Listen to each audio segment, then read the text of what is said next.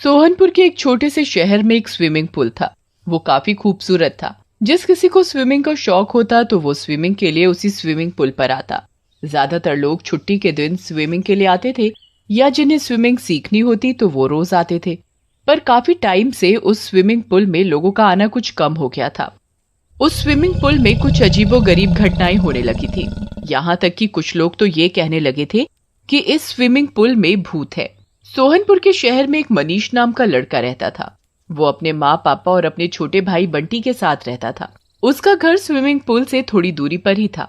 Manish class 12 में पढ़ता था और उसका छोटा भाई क्लास 9 में। उन दोनों भाइयों के बीच बहुत प्यार था। वो दोनों एक दूसरे के बिना नहीं रह सकते थे। कहीं भी जाते साथ साथ जाते। उनका एक दोस्त भी था, उसका नाम चिंटू था। चिंटू भी उनके साथ भाई के जैसा रहता था। वे तीनों मिलजुल कर रहते थे। एक दिन की बात है, बंटी अपनी माँ से स्विमिंग सीखने की जिद करने लगा। माँ, मुझे भी स्विमिंग सीखनी है। नहीं, मैं तुम्हें स्विमिंग सीखने के लिए नहीं जाने दे सकती। माँ, सीखने दो ना। नहीं, बिल्कुल नहीं। तभी मनीष कहता है, माँ, जाने दो ना, अभी स्कूल की छुट्टियाँ भी चल रही हैं। बंटी का मन है स्विमिंग सीखने का, तो उसे सीखने दो। तुम्हें पता भी है उस स्विमिंग पूल में आए दिन कुछ न कुछ होता रहता है। लोग कहते हैं कि उस स्विमिंग पूल में भूत है। माँ, ये सब बेकार की बातें हैं। ये लोगों का वहम है। भूत वूत कुछ नहीं होता। नहीं जाना तो नहीं जाना। मैं तुम्हें स्विमिंग के लिए नहीं जाने दूंगी। बस अब इसके बारे में मुझसे कोई बात नहीं करेगा। ये सुनकर बंटी बहुत जोर जोर से रोने लगा, पर उसकी माँ नहीं मानी। बंटी को रोता देख मनीष को बहुत दुख हो रहा था, पर वो कर भी क्या सकता था। बंटी बहुत रोता है, वो खाना पीना छोड़ देता है। मनीष से बंटी का ये हाल देखा नहीं जा रहा था। वो बंटी से कहता है, पहले तुम चुप हो जाओ। भाई, मुझे सीखना है, प्लीज भाई। अच्छा ठीक है, मैं तुम्हें स्विमिंग सीखने दूंगा, पर तुम माँ को इस बारे में कुछ नहीं बताओगे।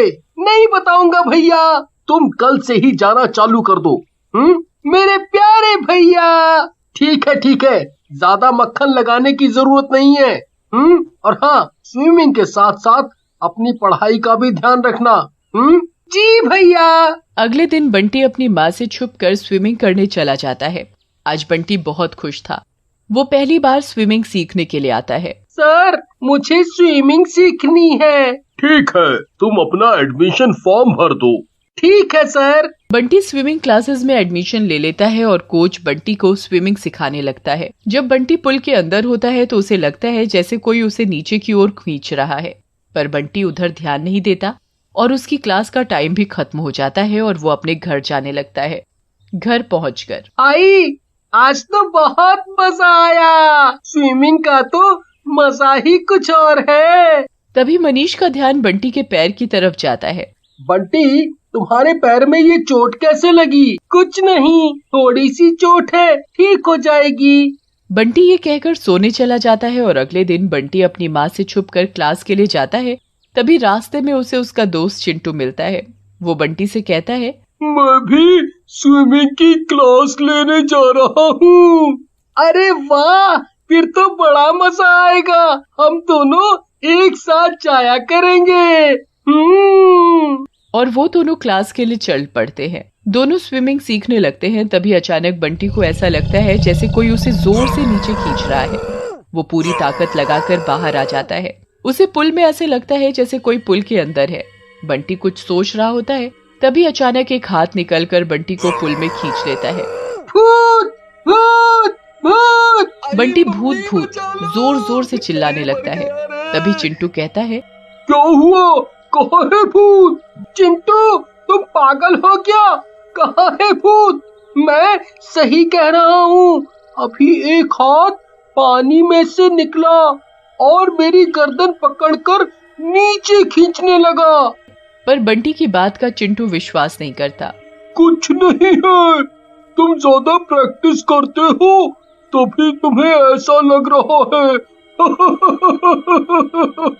तुम घर जाकर आराम करो। माँ, खाना लगा दो, बहुत भूख लगी है। लाती हूँ, अपने भाई को तो आने दो। तुम तो उसके बिना खाना नहीं खाते, फिर आज क्या हुआ? माँ, आज मैं बहुत थक गया हूँ और खाना खाकर सोना चाहता हूँ। ठीक है। तभी माँ को बंटी कुछ अजीब सा लगता है, जैसे वो पहले से कमजोर और दुबला सा हो गया हो। शायद ज्यादा मेहनत करता है तभी कमजोर सा दिख रहा है। तभी मनीष आ जाता है। बंटी, ये तुम्हारी गर्दन पर निशान कैसा? और तुम कुछ घबराए से भी लग रहे हो। भाई कि कुछ तो नहीं, कुछ भी नहीं। मनीष अपने मन में सोचता है कि बंटी कुछ बदला बदला सा दिख रहा है और उसका बर्ताव भी बदल सा गया है। अगले दिन बंटी क्लास के लिए जाता है और उसे नया कोच स्विमिंग सिखाता है। बंटी का नया कोच दिखने में काफी भयानक लग रहा था। उसकी शक्ल भी बहुत डरावनी थी और उसकी आवाज भी बहुत रूखी थी। आज से मैं तुम्हारा नया कोच हूँ। पहले वाले कोच कहाँ गए? वो छुट्टी पर गए हैं। मैं ही अब तुम्हारा कोच हूँ। जी ठीक है सर। कोच तो हेलो दोस्तों, आप सभी का स्वागत है यूट्यूब चैनल में। दोस्तों, अगर आप स्केचिंग पेंटिंग करना सीखना चाहते हो तो आप मुझे इंस्टाग्राम पर फॉलो कर सकते हो। और ये देखिए, मैं ऐसी स्केचिंग करता हूँ। अगर आपको किसी फ्रेंड या किसी के बर्थडे के लिए स्केचिंग करवाना है तो आप मुझे यूट्यूब चैनल को ज्वाइन कर सकते हैं और मुझे इंस्टाग्राम पर भी फॉलो कर सकते हैं। आप मुझे वहाँ से मैसेज कर सकते हो और उसका लिंक मैं डिस्क्रिप्शन में दे दूँगा, अपने इंस्टाग्राम का और अपने यूट्यूब चैनल का लिंक डिस्क्रिप्शन में दे दूँगा। आप मुझे वहाँ से ज्वाइन कर सकते हो और वो मेरा सेकंड चैनल है, आप मुझे वहाँ से ज्वाइन कर सकते हो। और दोस्तों, ये मेरा यूट्यूब चैनल है, आप मुझे यहाँ पर ज्वाइन कर सकते हो। देखिए, मैं ऐसे स्केचिंग करता हूँ, पेंटिंग करता हूँ, आप मुझे यहाँ पर ज्वाइन कर लीजिए। ये मेरा यूट्यूब चैनल का नाम दिनेश का आर्ट, आप मुझे वहाँ पर फॉलो कर लीजिए। कोच बंटी को स्विमिंग सिखाने लगता है। बंटी जैसे ही पुल में उतरता है तो बंटी की चीख निकल जाती है। उसे पुल में पानी की जगह खून दिखाई देता है। वो बहुत डर जाता है। क्या हुआ? खून खून। कहाँ है खून? कोच बंटी को जोर से डांटता है और उसका हाथ खींचते हुए अंदर ले जाता है। मुझे नहीं जाना, मुझे नहीं जाना। खून है, खून है। जाना तो तुम्हें पड़ेगा। बंटी जोर से चिल्लाता है। जैसे ही नया कोच बंटी को पानी में ले जाता है तो वो कोच नहीं बल्कि एक भयानक भूत होता है। तभी बंटी कहता है, कौन हो तुम? मुझे छोड़ दो, मुझे जाने दो।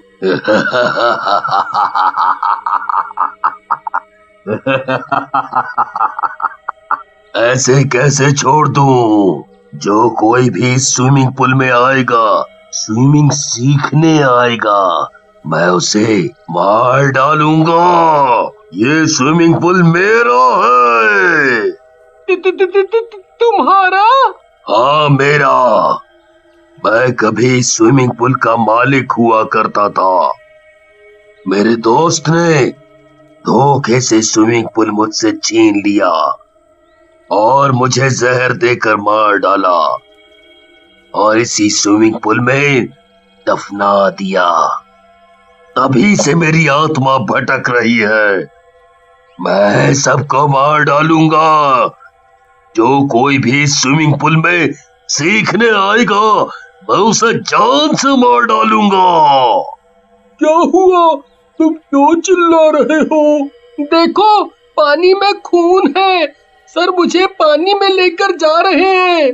कौन लेकर जा रहा है? तुम किसकी बात कर रहे हो? यहाँ तो कोई नहीं है। बंटी, लगता है तुम्हारी तबीयत ठीक नहीं है। तुम्हें आराम की जरूरत है। तुम थोड़े दिन स्विमिंग के लिए मत आना। तुम घर पर आराम करो। हाँ, शायद तुम ठीक कह रहे हो। मैं कुछ दिनों तक घर पर ही आराम करूंगा। बंटी घर की तरफ चल पड़ता है। रास्ते में बंटी को लगता है कि कोई उसके पीछे चल रहा है। वो पीछे देखता है पर पीछे कोई नहीं होता। वो घर जाकर अपनी माँ से कहता है कि माँ, मुझे नींद आ रही है, मुझे सोना है। पहले खाना तो खा लो फिर सो जाना। तभी मनीष वहाँ आ जाता है। वो बंटी से कहता है, बंटी, क्या बात है? तुम आजकल कुछ परेशान से रहते हो। कोई बात है तो बताओ। भाई, ऐसा कुछ नहीं है, मैं ठीक हूँ। बंटी पहले से और ज्यादा कमजोर और अजीब लग रहा था, मानो जैसे उसके शरीर से रोज कोई उसकी ताकत ले रहा हो। बंटी का रंग भी पीला पड़ने लगा था। मनीष को लगा कि शायद बंटी की तबीयत ठीक नहीं है। वो सोचता है कि वो उसे कल डॉक्टर के पास लेकर जाएगा। अगले दिन बंटी फिर क्लास के लिए तैयार होकर स्विमिंग के लिए चला जाता है। बंटी, बंटी, बंटी की तबीयत ठीक नहीं है। ये नहीं कि आराम करे। मनीष का बंटी को पुल पर ऐसे जाना ठीक नहीं लगता।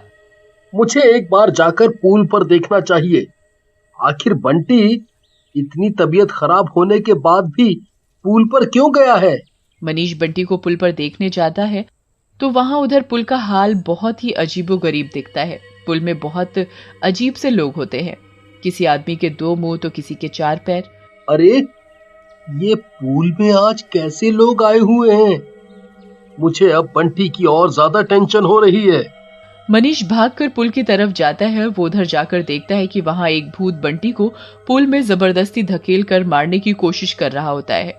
बंटी, तुम पुल से निकलो, भागो तुम यहाँ से। ये एक भूतिया पुल है। माँ सही बोल रही थी। मनीष बंटी को पुल से जैसे तैसे भूत से बचाकर घर लाता है और घर जाकर माँ को सारी घटना के बारे में बताता है। तुम्हें मैंने मना किया था ना कि उस पुल पर मत जाना, पर तुमने मेरी नहीं सुनी। अब देखो तुम्हारे चक्कर में आज तुम्हारे भाई को कितनी दिक्कत हो गई। माँ, मुझे माफ कर दो। मैं आगे से कभी ऐसा नहीं करूँगा। माँ मनीष और बंटी को उनके शहर के पास वाले मंदिर के पंडित के पास ले जाती है। पंडित मनीष, बंटी और उनकी माँ तीनों को काला धागा बांधता है और तभी से बंटी ठीक हो जाता है।